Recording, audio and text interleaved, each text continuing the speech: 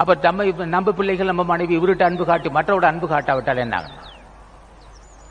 அது ஏற்றுக்கொள்ள மாட்டான். அது பாசத்தின் பார்ப்பட்டது தான். பல பேர் மகிழும்படியாக வாழ்கின்ற வாழ்க்கை அதோட இயல்பு எப்படி இருக்கும் என்றால் தன் ஆன்மாவுக்கு ஆக்கம் வரும். அந்த ஆக்கம் என்பதற்கு என்ன பொருள்? அருள். ஆன்மாவுக்கு ஆக்கம் வந்தது. அந்த ஆக்கம் எப்படி வந்தது? பல உயிர்கள் மகிழ்ச்சி அடைகிறது. பல பேருக்கு மகிழ்ச்சி அடைகிறார். மகிழ்ச்சி அடைய ஒரு மனைவியா அண்ணன் தம்பியானா ஒரு வட்டத்துக்குள் இருக்கு. பல பேர் என்பது இன்னார் இன்னார் என்று பாகுபடாமல் எல்லா மக்களும் வாழ்த்தினால் அங்கே அருள் இருந்து வந்து சேரும். இந்த அருள் என்ன செய்யும்? முன்மனையை வெல்லும். இந்த அருள் என்ன செய்யும்? சிறப்பறிவு தரும். அப்ப சிறப்பறிவு வேறு அருள் வேறு இல்லை.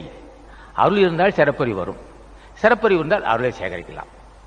அப்ப நற்காரியம் செய்வதற்கு அருள் வேண்டுமா? சிறப்பறிவு வேண்டாம். சிறப்பறிவு தான் அருளாக மாறும்.